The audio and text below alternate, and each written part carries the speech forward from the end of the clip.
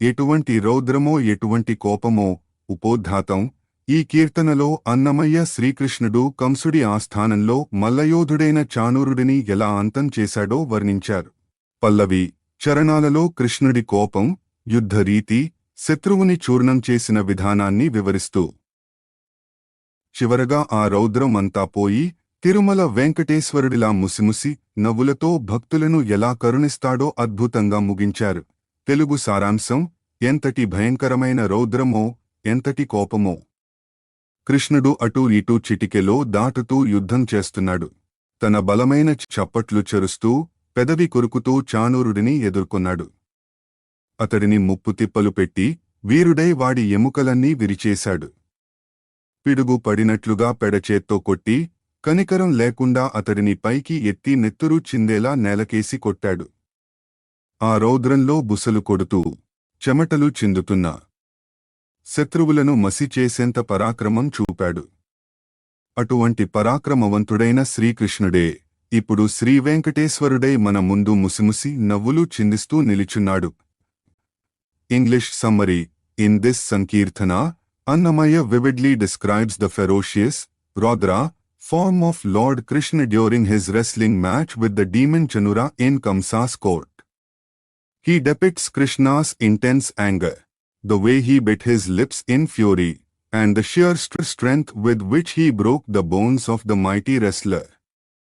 Krishna is portrayed as hitting like a lightning bolt, lifting the enemy, and smashing him to the ground without mercy. However, Annamaya beautifully transitions at the end, stating that the same powerful warrior is Lord Venkateshwar, who enchants everyone with his gentle, sweet smiles. పల్లవి ఎటువంటి రౌద్రమో ఎటువంటి కోపమో తటతట నిరువంక దాటి వీడే. భావము: ఎంతటి ఉగ్రమైన రౌద్రం, ఎంతటి భయంకరమైన కోపం! శత్రువును ఎదుర్కోవడానికి ఇరువైపులా నిరువంక అత్యంత వేగంగా తటతట దాటుతూ యుద్ధంచు ఈ కృష్ణుడు. వివరణ: కృష్ణుడి యుద్ధ తంత్రాన్ని, వేగాన్ని అన్నమయ్య ఇక్కడ వర్ణించారు. చరణం 1: తోరంపు బెనుచేతుల మల్లచనచి, దారుణలీల బెదవులవుడు కలచి, కారించి చాణూరు గడుభంగపడచి, వీరుడై ఎముకలు విరించి వీడే. భావము: తన బలిష్టమైన చేతులతో తొడలు చెరుస్తూ, మల్లచలచి, భయంకరంగా పెదవులను కొరుకుతూ యుద్ధానికి సిద్ధమయ్యాడు. చాణూరుడిని అనేక రకాలుగా హింసించి, కారించి, అవమానపరిచి, మహావీరుడై వాడి ఎముకలన్నీ విరిచేశాడు. వివరణ: కృష్ణుడు చాణూరుడితో చేసిన మల్లయుద్ధం ఇక్కడ ప్రస్తావించబడింది. చరణం 2: పిడుగడచిన ఎట్టు పెడచేత నడిచి, పడనీక పురములోపల జోరబొడిచి, తొడిచి చాణూరు నెత్తుక దయవిడిచి, వడివెట్టి నెత్తురు వడిచి వీడే. భావము: పిడుగు పడినట్లుగా తన పెడచేత్తో శత్రువుని కొట్టాడు. అతడిని కింద పడనీయకుండా బలంగా పొడిచి, దయ అనకుండా చాణూరుడిని పైకి ఎత్తి నేలకేసి కొట్టి, రక్తం కారేలా చేశాడు. వివరణ: భగవంతుడి అజేయమైన శక్తిని, దుష్టశిక్షణలో ఆయన చూపే కాఠిన్యాన్ని అన్నమయ్య వర్ణించారు. చరణం 3: బుసకొట్టుచును ఊరుపుల జమరించి, మసిగారగా బెదపెదమల్లుల దంచి, నెసగి శ్రీతిరు వెంకటేశుడై మించి, ముసిముసి నవ్వుల ముంచి వీడే. భావము: కోపంతో బుసలు కొడుతూ, నిశ్వాసలతో దేహం చెమటలు పడుతున్నా ఇతర మల్లులందరినీ మసి అయ్యేలా దంచేశాడు. అటువంటి ఉగ్ర పరాక్రమశాలి ఇప్పుడు తిరుమల శ్రీ వెంకటేశ్వరుడై, ఆ కోపమంతా వదిలి తన ముసిముసి నవ్వులతో మనందరినీ ఆనందంలో ముంచివేస్తున్నాడు. వివరణ: కృష్ణుడి రౌద్ర రూపానికి, వెంకటేశ్వరుడి శాంత సుందర రూపానికి ఉన్న అభేదాన్ని అన్నమయ్య ఇక్కడ అద్భుతంగా ముడిపెట్టారు. ఆసమేద విసుపోదాక ఉపోద్ఘాతం. ఈ కీర్తన వైరాగ్య భావంతో కూడినది. మనిషికి సంసార వాసనల మీద విసుగు పుట్టే వరకు, దేవుని మీద భక్తి కలిగే వరకు వాడు పడే తాపత్రయాలే వాడికి సుఖంగా అనిపిస్తాయి. జ్ఞానోదయం కానంత వరకు అజ్ఞానమే ఆనందమని భావించే అజ్ఞాని స్థితిని అన్నమయ్య ఇక్కడ వ్యంగ్యంగా, అర్థవంతంగా చిత్రించారు. తెలుగు సారాంశం: కోరికల మీద విసుగు పుట్టనంతవరకు ఈ కపటపు బ్రతుకే మనిషికి సుఖంగా ఉంటుంది. కర్మ బంధాలు తెగిపోనంత వరకు తన గొప్పతనం చాటుకోవడమే సుఖమనుకున్నాడు. పరమార్థం బోధపడే వరకు ఈ సంసార లంపటాలే మేలని భావిస్తాడు. మాయ వీడనంత వరకు, అహంకారం కరగనంత వరకు ఈ అసహ్యకరమైన దేహమే సుఖం ఇస్తుందని నమ్ముతాడు. చివరకు శ్రీ వెంకటేశ్వరుని స్మరించి ఆయనను చేరుకోనంతవరకు ఈ ఆపదలతో కూడిన గెలుపులే గొప్పవని భ్రమపడుతుంటాడు. English summary. In this sankirtana, Annamaya explores the paradox of human ignorance. He reflects on how a person finds deceptive comfort in worldly struggles as long as they haven't grown weary of desires. Until one's past karma is dissolved or the ultimate truth is realized, one considers worldly entanglements and egoistic pride as happiness. Annamaya points out that until the ego melts and the soul seeks Lord Venkateshwar, the individual continues to celebrate trivial victories in a life filled with illusions and loathsome attachments. Pallavi. ఆసమీద విసుపోదాక ఈ గాసి బరచు తన కపటమే సుఖము, భావము, ప్రాపంచిక కోరికల, ఆశ మీద విసుగు కలిగే వరకు తనను ఎంతో శ్రమకు, గాసి, గురిచేసే ఈ కపటమైన లోక జీవితమే మనిషికి సుఖంగా కనిపిస్తుంది. వివరణ. మనిషి తన కష్టాలకు కారణం తన కోరికలే అని గ్రహించనంతవరకు వాటి వెంటే పడతాడు. చరణం 1. తిరమగు కర్మము దిగుదాకా తన గరిమ సుఖము పొగడునందాకా, పరమార్గం బగపడుదాకా తన పరితాపపు లంపటమే సుఖము, భావము, తన పూర్వ కర్మ బంధాలు తెగిపోనంతవరకు తన గొప్పతనాన్ని, గరిమ, ఇతరులు పొగిడినప్పుడు కలిగే సంతోషమే సుఖం అనుకుంటాడు. అలాగే పరమార్థం, మోక్ష మార్గం కళ్లకు కనపడనంతవరకు తాపత్రయాలతో కూడిన ఈ సంసార చిక్కులే, లంపటమే అతడికి సుఖాన్నిస్తాయి. వివరణ. అజ్ఞాని దృష్టిలో లౌకిక విజయాలే పరమావధి. చరణం 2. కాయము గడపల గనుదాకా ఈ మాయదన్ను వెడమరుదాకా, రాయడి మదము గరగుదాకా ఈ రోయదగిన తన రూపమే సుఖము, భావము, ఈ శరీరం మట్టిలో కలిసే వరకు లేదా ఈ మాయ తనను వదిలి వెళ్లనంతవరకు మనిషి అజ్ఞానంలోనే ఉంటాడు. తనలోని అహంకారం, మదం కరిగిపోనంతవరకు అసహించుకోవలసిన, రోయదగిన ఈ దేహాన్నే చూసుకుని మురిసిపోతుంటాడు. వివరణ. దేహభ్రాంతి తొలగనంతవరకు మనిషి ఆత్మజ్ఞానాన్ని పొందలేడు. చరణం 3. లంకెల పొరలి నలగుదాకా ఈ ఎంకెల భవము లెరవోదాకా, వెంకటపతి తడవినదాకా ఈ కింకురువాణపు గెలుపే సుఖము, భావము, సంసార బంధాలలో చిక్కుకుని నలిగిపోయే వరకు, ఈ ప్రాపంచిక బతుకు అశాశ్వతమని తెలిసే వరకు మనిషికి ఈ భ్రాంతి వదలదు. శ్రీ వెంకటేశ్వరుని పాదాలను స్మరించనంతవరకు ఆపదలు కలిగించే ఈ తప్పుడు గెలుపులే, కింకురువాణపు గెలుపే అతడికి సుఖంగా తోస్తాయి. వివరణ. భగవంతుని శరణాగతి పొందినప్పుడే నిజమైన సుఖం ఏమిటో తెలుస్తుందని అన్నమయ్య ముక్తాయింపునిచ్చారు. తన కర్మమెంత చేతయునంతే ఉపోద్ఘాతం. ఈ కీర్తనలో అన్నమయ్య యథా పిండే తథా బ్రహ్మాండే అన్నట్లుగా మనం చేసే పనికి, పొందే ఫలితానికి మధ్య ఉన్న సంబంధాన్ని వివరించారు. పిండిని బట్టి నిప్పట్టు, రొట్టె ఎలా వస్తుందో, మన భక్తిని బట్టే భగవంతుని అనుగ్రహం కూడా అలానే ఉంటుందని పల్లెటూరి సామెతలతో సహా అద్భుతంగా వర్ణించారు. తెలుగు సారాంశం. మనిషి చేసుకున్న కర్మను బట్టే అతడు చేసే పనులు ఉంటాయి. పట్టుదలతో చేసిన పనికి తగ్గట్టే కూలీ లభిస్తుంది. మనసులో హరిని ఎంతగా తలుచుకుంటామో అంతటి సుఖం, సంపద కలుగుతాయి. త్రాసులో బంగారం ఎంత ఉంటే తూకం అంతే ఉంటుంది. పిండి ఎంత ఉంటే రొట్టె అంతే వస్తుంది. విష్ణువును ఎంత పూజిస్తే అంతటి అండదండలు లభిస్తాయి. శ్రీ వెంకటేశ్వరుని మీద ఎంతటి ధ్యానం ఉంటే అంతటి పరవశం కలుగుతుంది. దైవకృప ఎంత ఉంటే అంతటి విజయం సిద్ధిస్తుంది. English summary. In this composition, Annamaya explains the direct correlation between effort and reward, devotion and divine grace. He uses simple, everyday analogies. The wage is proportional to the work done. The weight depends on the amount of gold on the scale, and the size of a pancake, nipattu, depends on the quantity of flour used. Similarly, the joy and wealth a person experiences are proportional to how much they contemplate Lord Hari.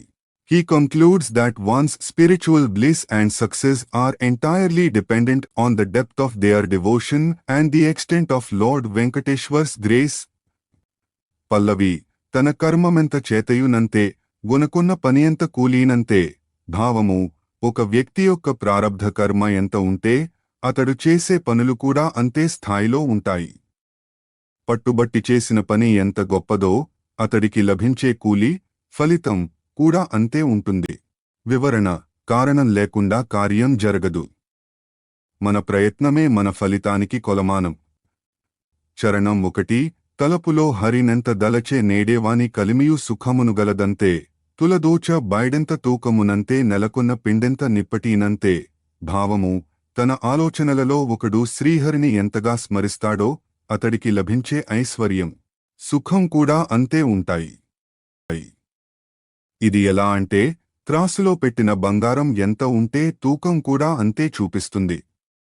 తీసుకున్న పిండి ఎంత ఉంటే దానితో చేసే రొట్టె నిప్పట్టు కూడా అంతే పరిమాణంలో వస్తుంది. వివరణ భక్తి యొక్క తీవ్రతను బట్టే భగవంతుని నుండి పొందే అనుభూతి ఉంటుందని. చరణం 2 సిరివరు పూజంత సేసే నేడేవాని దరియును దాపు నెంతయునంతే. పురిగొన్న ఈవెంత పొగడు నంతే నరపతి చనవెంత నగవు నంతే.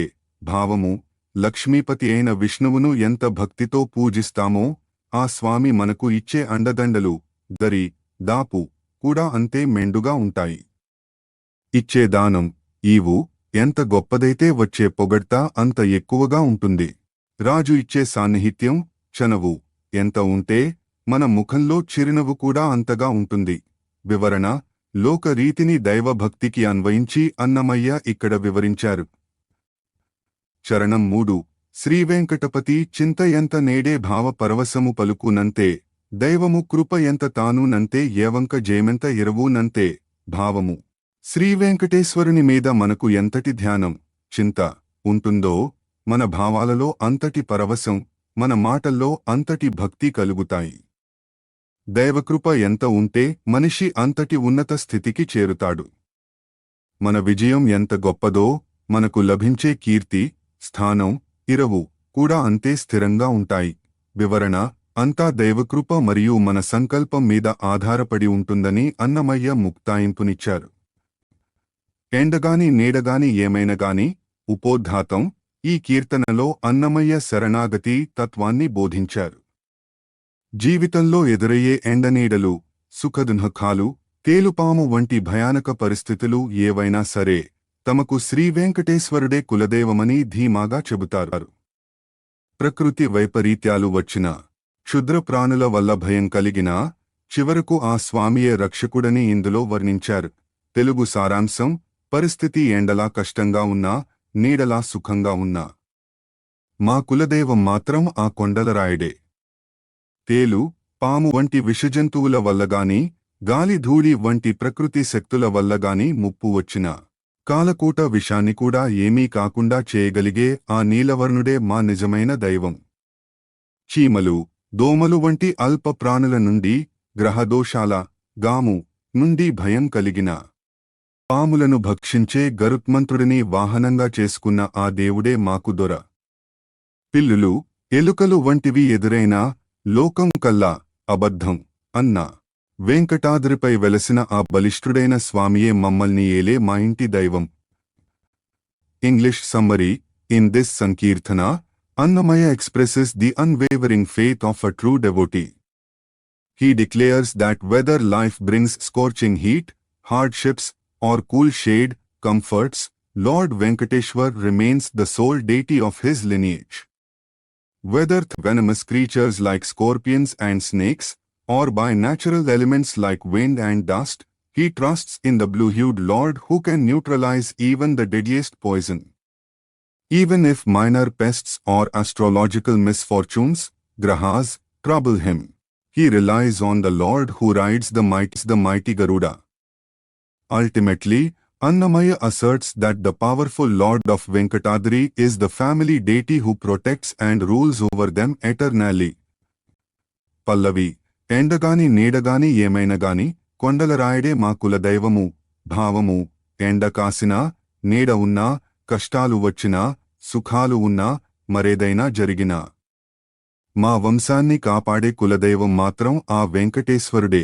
వివరణ: భక్తుడు తన జీవితాన్ని పూర్తిగా దైవానికి అంకితం చేసిన స్థితిని ఇది సూచిస్తుంది. చరణం 1.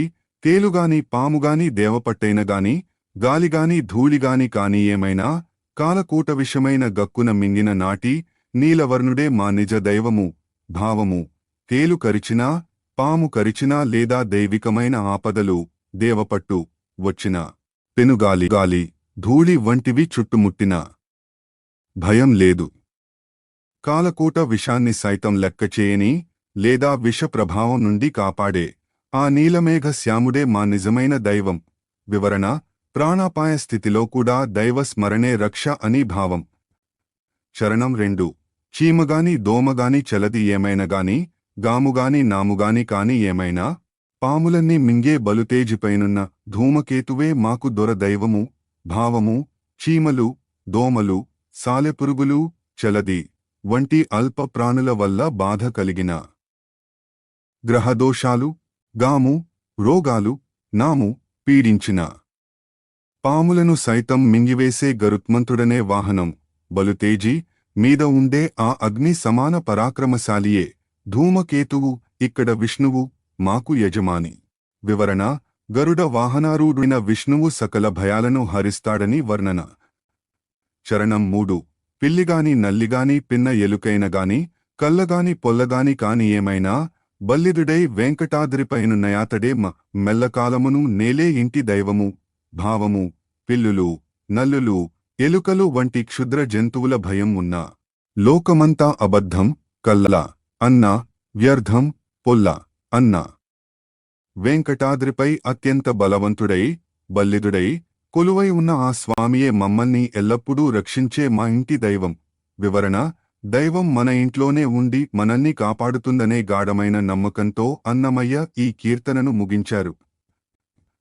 ఇందునందు దిరుగుచు నెవ్వరివాడవుగాక ఉపోద్ఘాతం. ఈ కీర్తన ఆత్మోద్ధరణకు సంబంధించినది. జీవుడు తన అసలైన యజమాని అయిన పరమాత్మను మర్చిపోయి ఇంద్రియాలకు, ఆశలకు లొంగిపోయి బానిసగా ఎలా మారుతున్నాడో అన్నమయ్య వర్ణించారు. శరీరాన్ని ఒక తోలు సంచిగా, చిక్కులతో కూడిన ఇల్లుగా పోలుస్తూ అశాశ్వతమైన సుఖాల కోసం జీవుడు పడే తాపత్రయాన్ని వెర్రి జీవుడా అంటూ సంబోధిస్తూ వైరాగ్యాన్ని ప్రబోధించారు. తెలుగు సారాంశం: ఓ జీవుడా, ఇక్కడ అక్కడ తిరుగుతూ ఎవరికీ చెందని వాడవై యజమాని లేని బందే పశువులా మారిపోయావు. ఈ తోలు సంచి వంటి శరీరంలో ఉంటూ ఆకలి కోసం అందరికీ బంటువై బతుకుతున్నావు. నిన్ను సృష్టించిన దేవుని కనుగొనలేక కేవలం ఆశల వెంట కూలి పనికి వెళ్లే వాడిలా దిగజారావు. దొంగల వంటి ఇంద్రియాల చేత చిక్కుబడి ఆశల కోసం వేట కుక్కలా మారావు. చివరికి ఆ వెంకటేశ్వరుని తెలుసుకోలేక పశువు గడ్డి కోసం తిరిగినట్లు అజ్ఞానంలో మునిగిపోయావు. English summary: in this Sankirtana, Annamaya addresses the wandering soul, lamenting its pathetic state of being lost in worldly illusions. He compares the soul to a stray animal, Bandep Suramu, that belongs to no one and wanders aimlessly. Trapped body made of skin and flesh, the soul becomes a slave to hunger and desires, forgetting its true master, God. Annamaya metaphorically describes the soul as a coolie working for petty desires, a hunting dog chasing temporary pleasures, and a confused creature caught in the traps of life. He concludes that without realizing Lord Venkateshwar, the soul remains in ignorance, grazing on the field of worldly attachments. Pallavi: ఇందునందు తిరుగుచు నెవ్వరివాడవుగాక బందెపసురమవైతి బాపు జీవుడా. భావము: ఓ జీవుడా, ఇక్కడా అక్కడా తిరుగుతూ ఎవరికీ చెందని వాడవై, అనాథవై, యజమాని లేని ఒక బందే పశువులా, తొందరగా పట్టుబడే పశువు తయారయ్యావు కదా. వివరణ: భగవంతుని శరణాగతి పొందని జీవుడు దిక్కులేని పశువుతో సమానమని అన్నమయ్య హెచ్చరిక. చరణం 1. తోలుబొక్కలోన జొచ్చి తూలేటి ఆకలి చేత పాలుమాలి ఇందరికీ బంటుబంటవై ఏలినవాని గానక ఏచినయాసల వెంట కూలికిబో దొరకొంటి కూడజీవుడా. భావము: ఈ తోలు సంచి శరీరం లో దూరి ఆకలి బాధతో అలమటిస్తూ నీ శక్తిని మర్చిపోయి అందరికీ బానిసవయ్యావు. నిన్ను పాలించే దేవుని చూడలేక పెరిగిన నీ ఆశల కోసం ఎక్కడికో కూలి పనికి వెళ్లే దుర్మార్గుడిలా మారావు. వివరణ: దేహ పోషణ కోసమే సమయాన్ని వెచ్చిస్తూ ఆత్మను ఏలే పరమాత్మను మర్చిపోవడం అజ్ఞానమని భావం. చరణం 2. తీటమేనిలోన జొచ్చి దిమ్మరి దొంగల చేత మూటగట్టించుక నీవు మూలదొరవై గాటపు విభునిచేతి ఘనత కోరికలకు వేటకుక్కవైతివి వెడ్డిజీవుడా. భావము: దురదతో తీట కూడిన ఈ శరీరంలో ఉంటూ దొంగల వంటి ఇంద్రియాల చేత నీ వివేకాన్ని మూటగట్టించి మూల కూర్చున్నావు. ఆ గొప్ప దేవుడు ఇచ్చిన ఘనతను వదిలేసి నీ అల్పమైన కోరికలను తీర్చుకోవడానికి ఒక వేట కుక్కలా పరిగెత్తుతున్నావు ఓ వెర్రి జీవుడా. వివరణ: కోరికల వెంట పడటం అంటే తన గౌరవాన్ని తానే పోగొట్టుకుని కుక్కలా బతకడమేనని చమత్కారం. చరణం 3. చీమలింటిలోన జొచ్చి చిక్కువడి అందరిలో దోమకరకుట్లకు తోడి దొంగవై ఏమరి వెంకట విభు నెరగక జాడుజొప్ప నాము మేయ దొరకొంటి నాలిజీవుడా. భావము: చీమల పుట్ట వంటి ఈ సంసారంలో చిక్కుకుని దోమకాట్ల వంటి కష్టాలకు భయపడుతూ తోడు దొంగవు అయ్యావు. అప్రమత్తంగా ఉండి వెంకటేశ్వరుని తెలుసుకోలేక పశువు గడ్డి జాడుజొప్ప మేయడానికి వెళ్ళినట్లు అల్ప సుఖాల వెంట పడ్డావు కదా ఓ నీచ జీవుడా. వివరణ: భగవంతుని స్మరించకుండా లోక విషయాలలో మునిగిపోవటం వల్ల వచ్చేది ఏమీ లేదని అన్నమయ్య ముక్తాయింపునిచ్చారు.